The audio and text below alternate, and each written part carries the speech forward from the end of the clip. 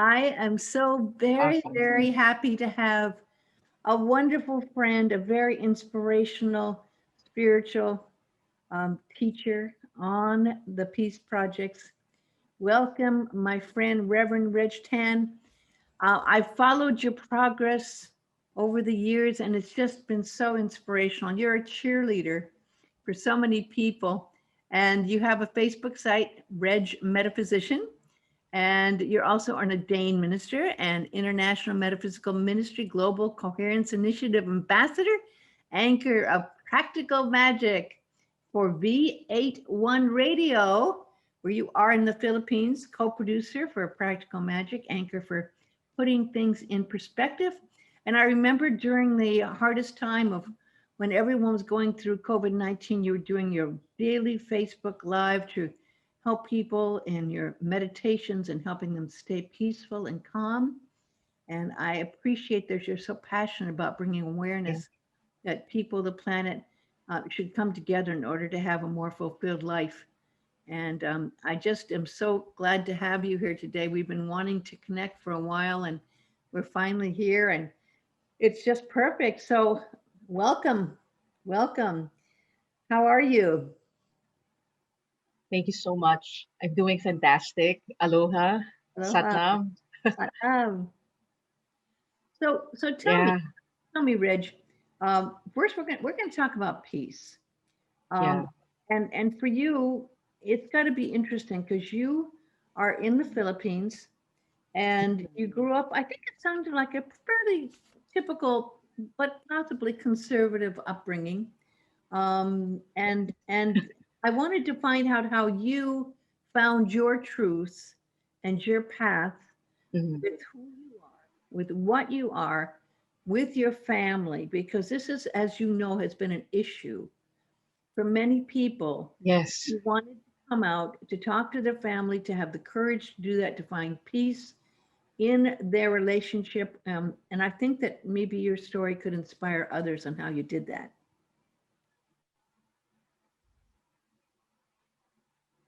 Yes. Thank you for that question, Dr. Cindy, because it's true. I come from a very conservative family, and my mom served in a church that was very traditional in their perspective, especially when it came to gender identity and getting attracted to our partners. Of course, when you're an adolescent, that's your time when you're meeting a lot of people, and it's also your dating stage.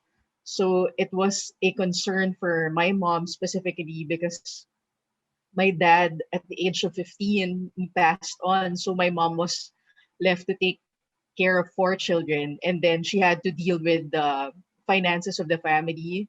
And then she also had to deal with the adolescent concerns, how your children are being influenced by friends, being influenced by the school, and also the religious community, which my mom was very devoted to.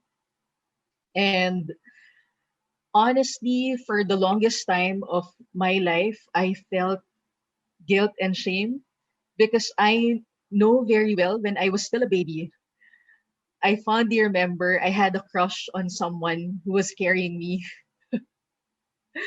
And even when I was in grade school and high school, I always felt attracted to women easily. And there was a time when I wanted to figure out if am I just feeling this temporarily. So I dated men to find out if I was just feeling it as a phase. But when I went out with men, the opposite sex, it felt so awkward.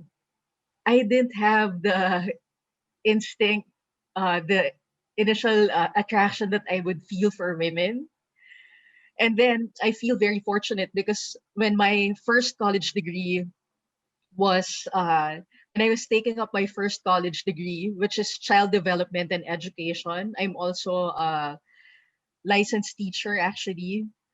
One of my professors in philosophy, he was telling us constantly, tell the truth and the truth will set you free. and he was actually encouraging a lot of his students to come out to their families because he knew the emotional burden that one carries if you're not able to come out to your family. So because of his perfect example to me, I felt I had the courage to tell my mom and tell my siblings about it. And to be honest, it was very awkward because when my mom and my sister approached me and asked me if I was attracted to women and if I was gay, one of the awkward questions they asked me was, so when you bring girls at home, are you intimate with them? Of course, when you're at that age, I was 18 years old, Mm, and then your mom and your sister is gonna ask you questions like that. Of course, there's a part of you don't know if you're going to admit it or if you're gonna hold back. right. But I promised myself that I'm going to be transparent because if there's anything that will concern my family, I'd rather have them hear it from me than have them hear it from other people. So I told them, yeah, that's the case, and I tried to say it jokingly so that it won't be so serious. And then I just told them, "Oh, what can I do? My girlfriends are so pretty." So, and they were so shocked at my humorous way of handling it. But honestly, it was me trying to be humorous about the situation because I didn't want the awkwardness of having to come out to the family to take over. So immediately I told my mom, you know what, mom, if you're going to yell at me or if you're going to get mad at me, please do it now. I don't like prolonging the agony. Of course, it was a defense mechanism for me to actually say it. So anyway, my mom just said, actually, it's okay, but I'm just really surprised because she was telling me, when you were young, I bought you nice dresses. And I always envisioned you to be this girly girl that I wanted you to be. So hearing it now, it was uh, it was something that I know my mom had to deal with emotionally because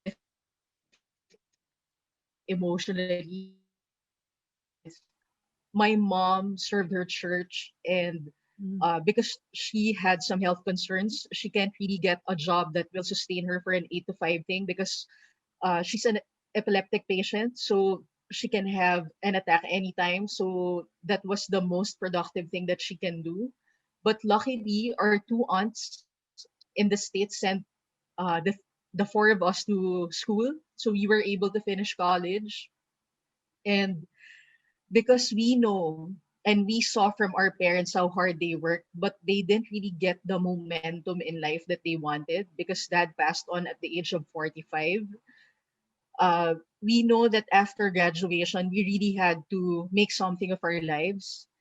And because of that, I also put in my head that I have so much to be grateful for, and I have to find a way to be the most productive person that I can be. Especially, I'm very fortunate because years after coming out to my family, I realized it's not enough because when I reached my uh, early 20s, I had to deal with working for the corporate world. Me and my girlfriend at that time were working in the same office, and it was a totally different playing game because, of course, our perspectives were shifting, and she was my longest girlfriend at that time. And we broke up because we were changing our priorities. But at that time, I couldn't see it that way. So I was very depressed. It got me into Reiki healing and other forms of healing modality until I found my way into a New Thought church. And in that New Thought church, I read the book called A Miracle Awaits You by a New Thought minister. His name is Dr. George Heason. And, he has this beautiful book. And he says that we are all made in the image and likeness of God. And towards the end, he wrote, God is male, God is female, God is gay, God is lesbian, God is transsexual because God is all. And then after reading that portion of his book, I found myself crying because I realized, oh my God, I spent so much time being insecure, feeling second rate. And all my teachers in religion were telling me, you are made in the image and likeness of God. But no one wrote about my being made in the image and likeness of God that way. So until I had that validation, I felt so at peace. And then I realized, oh my God, I'm gonna spend the rest of my life making sure that this message gets across the bigger audience. Because in fact, uh, last Thursday, someone from London also interviewed me, and one of the things that we touched upon is the LGBTQ issue. And she said, I'm hoping that one day we won't have to bring up this topic because, it's no longer useful. But now I still find that from time to time, because I have already liberated myself from my insecurities, it's so important for the younger generation, even for people who are older than me. And some of them are my clients, and they're not even in the space where they're totally accepting themselves because they're part of our religious community that condemns the LGBTQ. So I'm very grateful that I was able to finally be at peace with myself and really understand on the heart level what it means to be made in the image and likeness of God and what it truly means to have a personal relationship with the God within. I love that answer. And what an amazing story that led you on this path of trusting yourself enough to have the courage to speak who you are, and then also finding a way to further your path to find that peace you needed, which then you had a foundation to grow what you're passionately expressing and teaching and doing now. So, from that initial experience with that book and that teacher, then how did you find the path that you're on with the metaphysical path? Well, one of the things that I always wanted to be, even when I was, uh, one of the things that I always wanted to be, I had this perfect clarity when I was taking up child development and education. I always wanted to become a life coach. And I didn't really find any school to be a life coach until I saw the University of Metaphysics website. And I was so surprised that the tuition fee was so affordable. Because one of the things that I was concerned about when I was studying my first college degree, my aunt, who's a doctor in Houston, was sending a lot of money for my college tuition fee. And then at that time, the goal was to go to the States because if you're a licensed teacher, it's a lot easier to go to the States as a nurse or as a teacher if you're a Filipino. That was the mindset back then. And I know very well that I always wanted to become a life coach because I know what it feels like to have a lot of unsettled issues within yourself. So I was studying with that teacher for about 3 years, and then I saw the University of Metaphysics website. And then I realized, oh my God, they're so organized and they're a research driven university. And then I was telling myself, oh my God, I should really enroll here. And I was already working as a full time energy healer. I was renting a clinic here in my area, but I wanted to have the degree in life coaching and as a professional metaphysician. So I decided to enroll in University of Metaphysics. But then I also had another struggle because my siblings were so successful in their uh, businesses. And somehow I again had to deal with the family's expectation that you're already of a certain age, so you also need to be as successful as your siblings. And at that time, I was just telling myself, oh my God, but I feel that this is what I am guided to do. And I kept it secret to my family that I was studying another course. So I would study in the evening and then I would wake up late. So initially they were thinking maybe I'm just a lazy, happy-go-lucky person.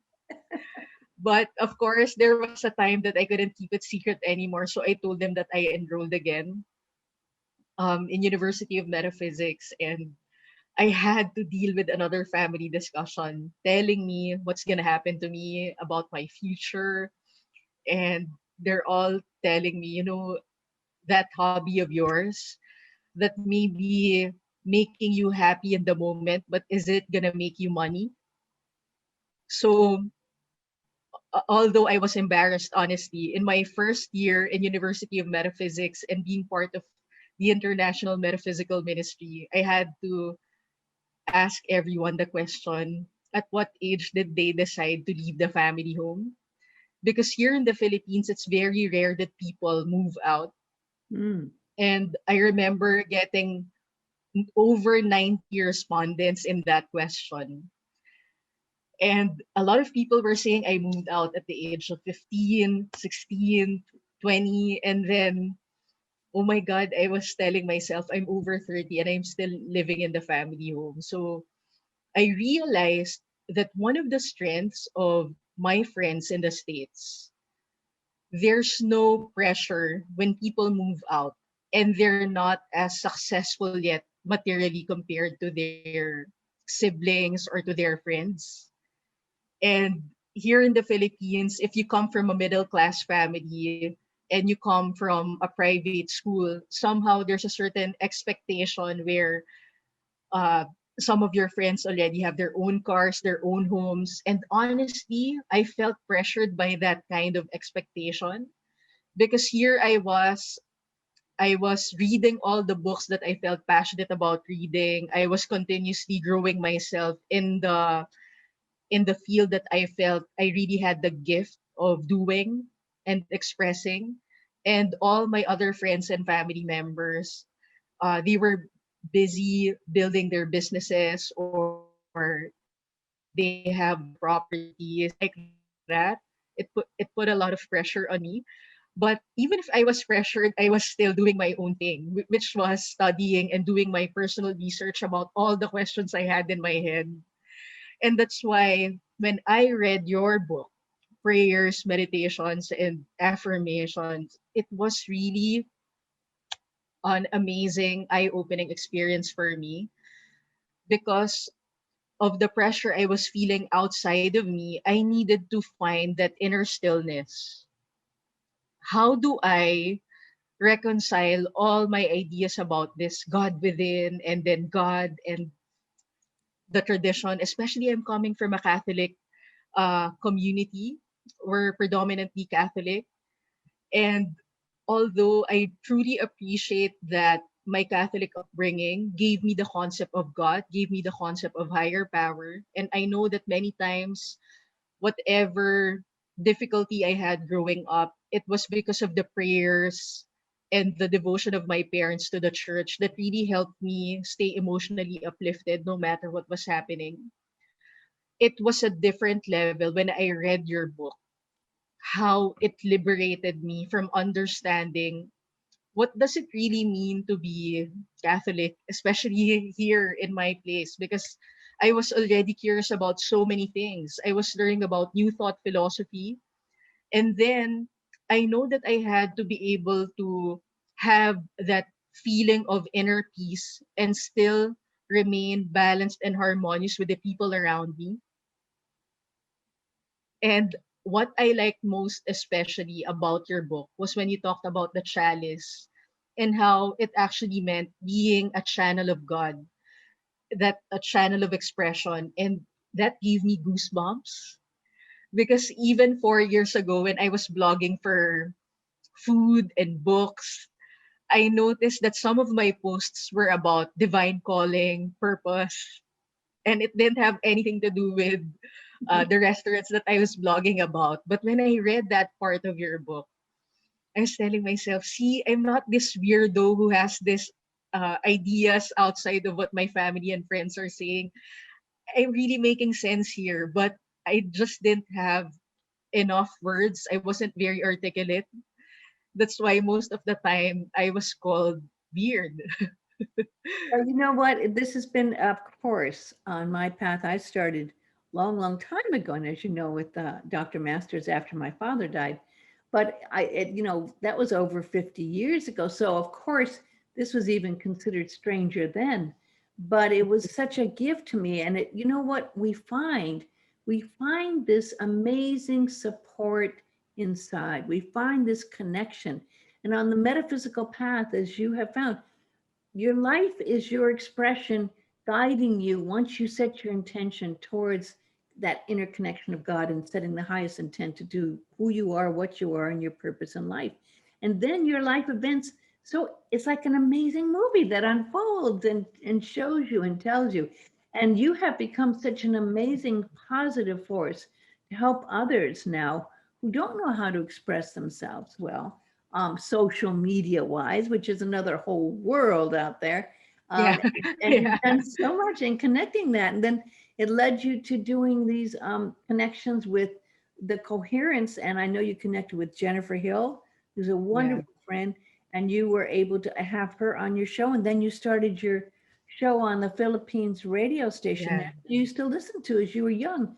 So, and it's amazing. You probably wouldn't have been ready for all of your message and how to communicate it in a true sense of who you are in your soul if you'd had that earlier. So it's unfolded in such a beautiful way. When you finally Yeah. embrace these paths, then were you able to find some, first of all, I guess first let's ask about how this then developed in your relationship with your family and how that is, and if you're at peace with them, and then how you were able to take the next step in your life to get to this point of using social media and your radio station that you're on now to fulfill your dream. Yeah. Thank you for that, Dr. Cindy. It's amazing because one of the things that I felt settled about my identity, and I think that's also the reason why I truly resonate with the mantra Satnam, uh, because you know that particular, I mean that particular phrase Satnam, because it talks about truth is my identity, and we want to remain in our truth while we're having to deal with the people around us. And one of the things that truly helped me out there is realizing that when I speak from my truth and it's heartfelt, it may not get me the immediate result or the immediate reaction that I want from the people around me. But because I'm staying in my power, sooner or later it will make sense to other people. But I know that wasn't enough. So I had to figure out a way where I will be able to communicate and connect without creating division. Because one of the things that has been a puzzle for a lot of my clients, especially in the showbiz industry, because a lot of my clients are also celebrities. They keep telling me, you know, Reg, you're really a different case because a lot of people they have to hide in the closet because they feel that if they come out, their careers will be jeopardized because first they did come out in public openly gay or openly lesbian, but here you are. They get you because uh they get you because you're being very authentic and you're talking about your being gay so easily on air, and then that's the reason why you got the break on radio. And one of the things that I want to emphasize there is I think sometimes when you're coming from your space of expressing your truth, in a way it will turn off other people, but it will also attract to you the people who are ready for the vibration that you're expressing now. And you are one of my biggest inspirations, Dr. Cindy, because when I was looking at your profile and I was listening to a lot of your podcasts, I know that you also had your break on radio when it wasn't easy for women to get the breaks that they want on radio, especially in rock and roll. Yes, I indeed. could just imagine what you went through at that time. And to me, I was just thinking to myself, you know what? The reason why I respect Dr. Cindy a lot is because she had to overcome a lot of things that weren't really the norm at that time. So I keep reminding myself that in my self expression, although there are certain things that may not be comfortable in the beginning for me or for the audience that I'm addressing, it's going to be a temporary thing. And whatever gift that we're all hoping for to come to pass, it will come in God's most wonderful way and time. I hope I answered your question because Yes, the yes. internet is breaking. Oh, no, it was fine here, and you did indeed. And it's interesting how you've been able to integrate your dream now and are continuing to make contacts and Yeah. supporting other people. You are, out of all the people I know, you're probably one of those supportive people who do enjoy supporting your connections. I know with Dr. Masters and the University of Metaphysics, and Yeah. just you give a lot of your love back to what you have gotten, and a lot of people do that. So I have to say I really really respect you in doing that and giving back so much from your heart, and it comes from your heart. It's able to see, Yeah. and I know you're continuing. I do want to let people know how they can actually see some of your podcasts and maybe hear you on the radio, and maybe you can let people know how to reach you through those avenues so they can find out more, reach out to you if they're looking for counseling. Yeah. Please look for me in Facebook. It's www.facebook.com/Reg Metaphysician. And you can just look for search actually on Facebook, look for Practical Magic, and I'll be able to respond to you easily. One of the reasons why I'm keeping my social media presence to a minimum, like on Facebook, it's because for me, I want to be able to maintain quality personal connection. And one of the things that I truly love doing is maintaining a minimalist lifestyle. I keep saying this to my friends, especially to a lot of my clients who like to promote my work because they're all in Instagram or Twitter or somewhere. I tell them, I'm just thinking of the social media thing like a mobile number or a landline number. Isn't it that you only need one number for people to reach you? So That I'm so grateful that I have a technical team in do you? That's wonderful. Well, good for you. Good for you. I mean, I just learned the hard way. I just keep trying and trying until something works. But it's wonderful that you had enough self-worth that you got a technical team. I applaud that in you. I also applaud your yeah, energy thank you you. bring to life and how you were able through all the challenges you faced to find the truth, Yeah, and how that did set you free, and how you're able to find peace in that. And as you continue to grow, I just see such a wonderful future for you in what you're doing. It's wow, real thank you so much. inspiration for me, truly, to see the passion which you give to your life. So I just thank you so much, Reverend Reg, and thank you for joining me on the Peace Projects and Sat Nam. Of course. Satnam, Dr. Cindy, thank you for sharing your beautiful energy. You here? Okay. Phase two. This is for the radio station. This is we're going to go into more things here. We'll talk Yeah, about Philippines here and your work with that. Maybe a little bit about your real estate. Go into yeah, that. Um, so this is going to be different than the other because this is for the radio station travel show. yeah, So I'll edit that first part, and that'll be one section. This will be one that I won't do probably for video, probably just do the audio one. Okay. yeah. I am so happy to have a wonderful friend, Reverend Reg Tan, calling in from the Philippines in Manila. And it is just such a pleasure to finally be able to connect with you. How are you today? Good morning, Dr. Cindy. And in our local language, we say mabuhay. It's It's saying it's something about life and feeling alive. Actually, Ah, that's mabuhay. our yeah. We say it so that people feel welcome and they feel alive when they visit us.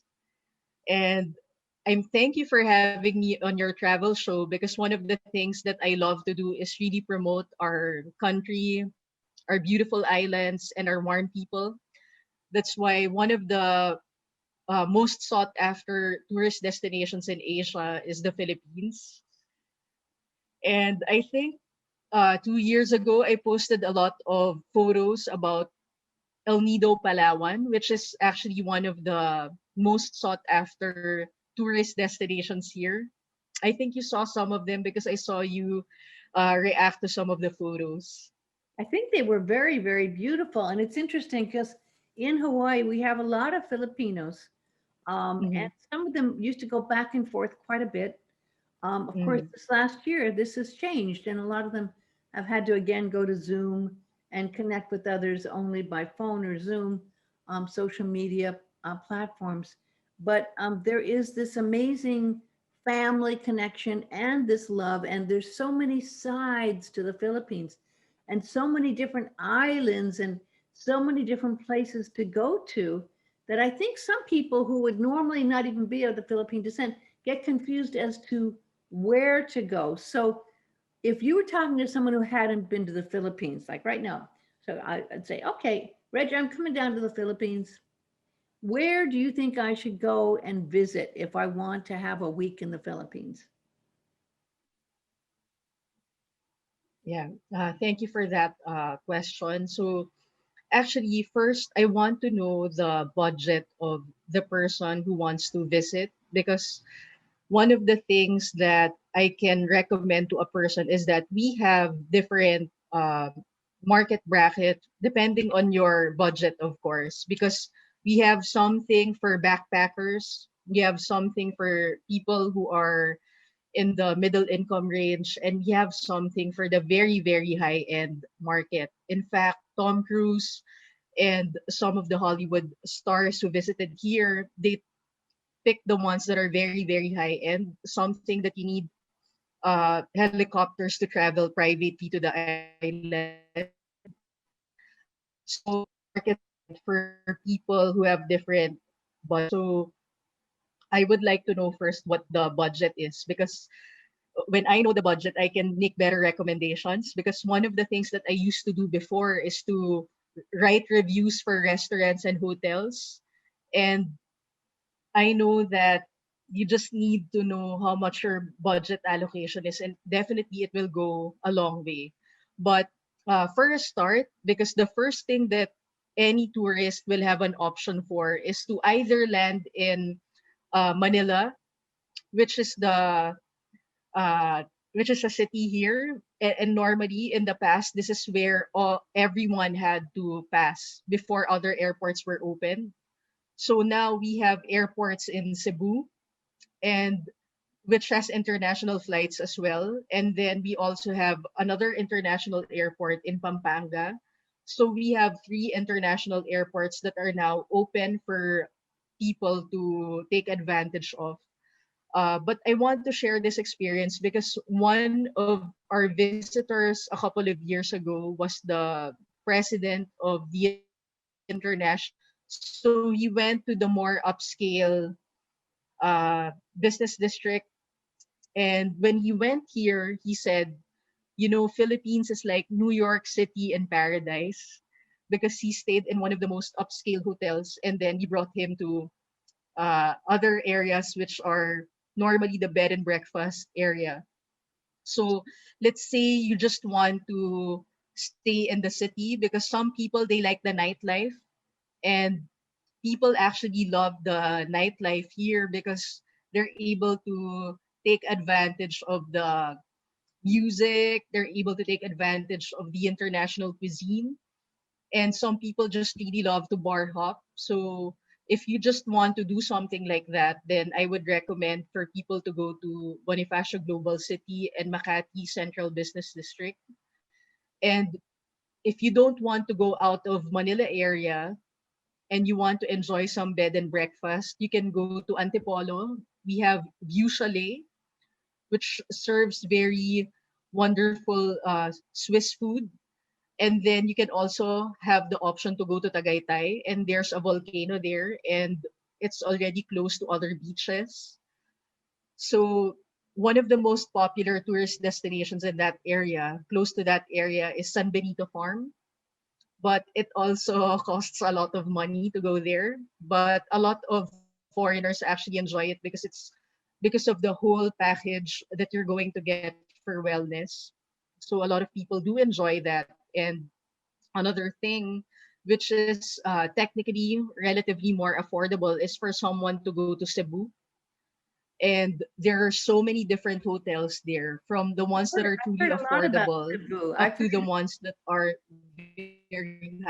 Yeah. Yeah, no, I've heard And about in fact, Cebu, and one of the I've heard of wonderful things about Cebu, and I've yeah, had friends go there. And I guess there's a whole, just like we have here in Hawaii, yeah, most hotels that are resort hotels probably are along a beach because everyone wants to stay when they're traveling at a beach hotel, right? So do you have a lot of that area, yeah. Cebu, where that are resort hotels along the ocean?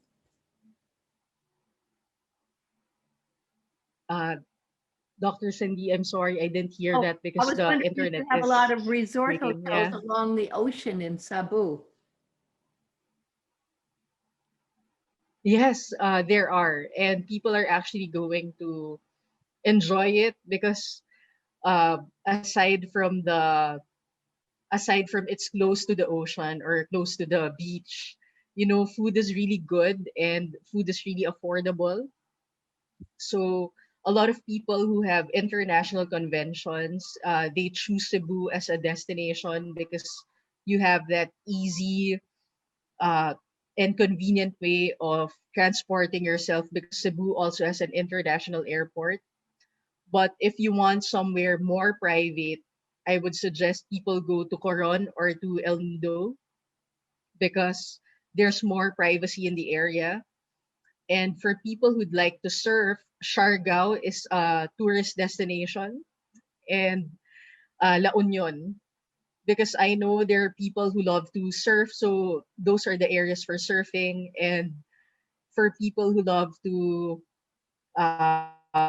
they want to we have and they can just enjoy. There are so many activities that people can do here. And in fact, one of the best things that foreigners, especially Americans, enjoy right now when they come to the Philippines and they have their businesses here, they know that they can sustain their businesses because it's more affordable to pay for manpower. And we have a lot of English speaking very fluent Filipinos, and they also have the option to mix business with pleasure because they're able to take advantage of the affordable uh, vacations.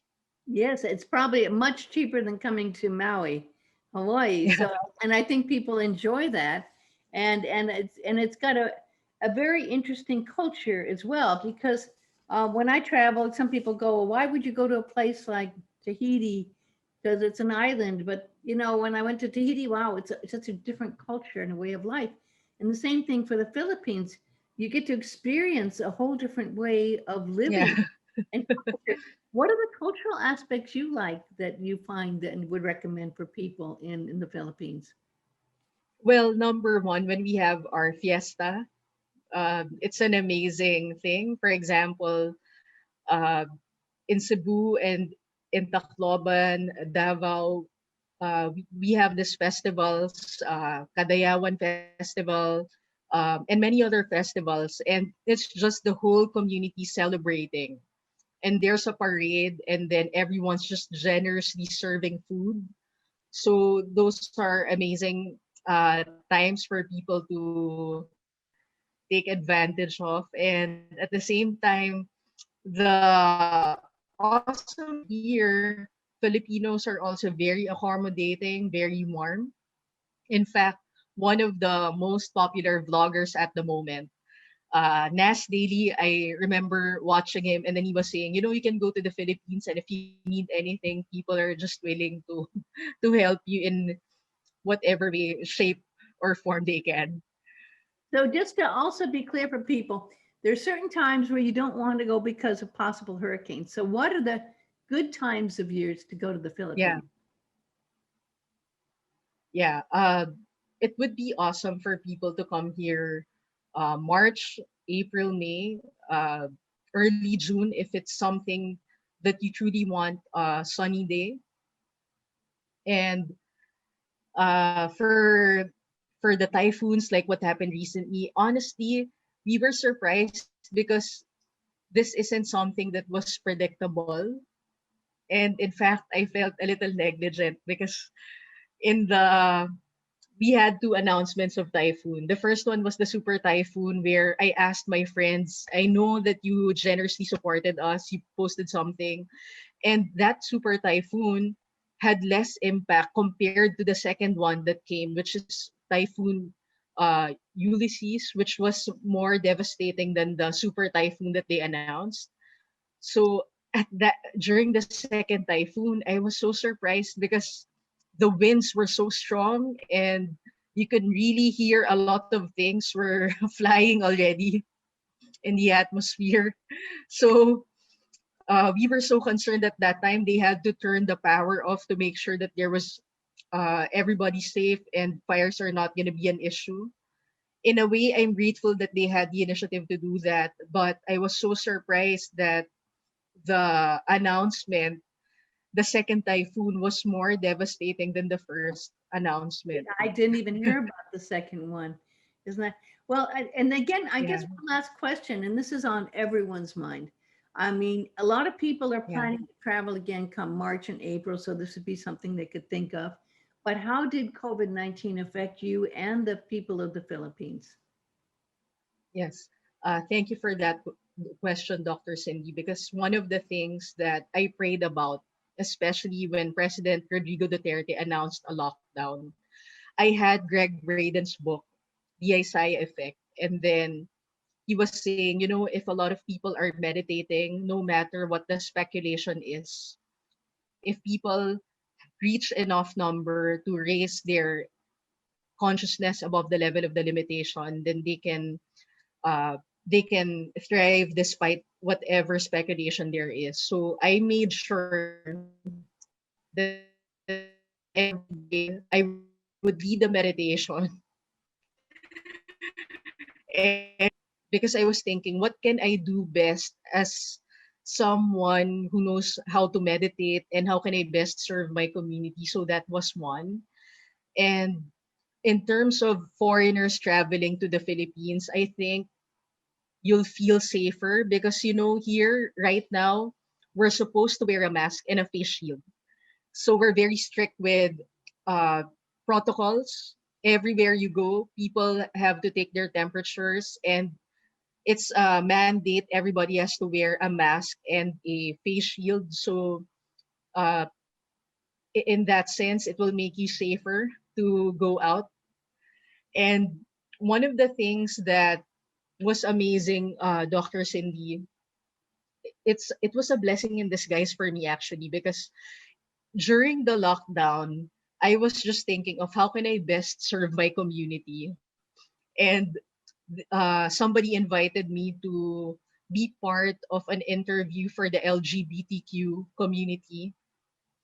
And during that invitation, someone discovered me and they said, would you like to have a show for V81 Radio?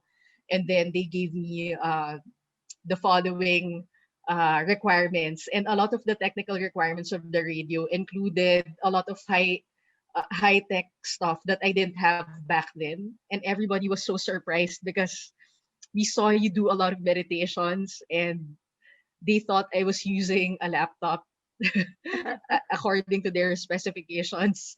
And then I told them, I was just using a mobile phone all this time. And then they were so surprised, really? Because you were thinking you were using a laptop. So, in that aspect of myself, I was blessed that the efforts paid off. It paved the way for me to have a show for Practical Magic. And one of the things that I feel so fortunate about Dr. Cindy, because prior to this lockdown, I was always an advocate for people to do what they love what they do, and love themselves better.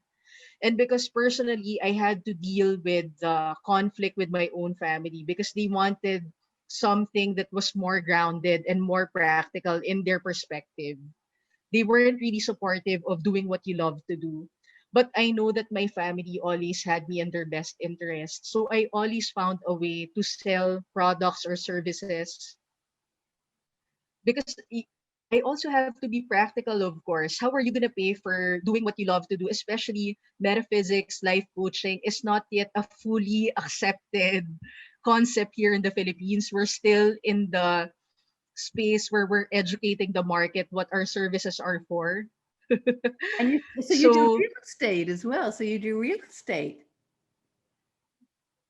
yeah, I do find I'm very resourceful in that way. I find ways to support myself, sell real estate, sell vitamins, and I'm very fortunate in the sense that a lot of my clients also promote my work to their friends, and that's how I was able to grow my clientele for metaphysics. And I always tell everyone, especially the millennials in my space, in my community, you also have to appreciate that your family is actually looking after your back because they're telling you that you need to have a financial support, a financial backup for doing what you love to do. But I keep telling everyone, if you don't want to have an 8 to 5 job, then find a way to get paid for other things. Like I told them, you want the time freedom, and I don't know anything at the moment that will give you time freedom if you're not selling something that will give you a substantial commission. I agree. Well, we're just about out of time, and I just wanted to let our audience know that they can reach out to you. You've been a wealth of information. So if they had more questions, what's the best way for them to reach you? Yeah, it's still Facebook. I'm the Facebook generation. Just message me. It's www.facebook.com/reg metaphysician, and you can just look for search in Facebook Practical Magic, and you can reach me. Well, thank you so much. It was great Thank talking you, to Dr. you. Cindy. Wonderful to connect with you, and lots of aloha. Yes, One day we might meet in person. You never know. Thank you. yes. I hope to meet you. Mabuhay, and thank you, Dr. Cindy. Mabuhay.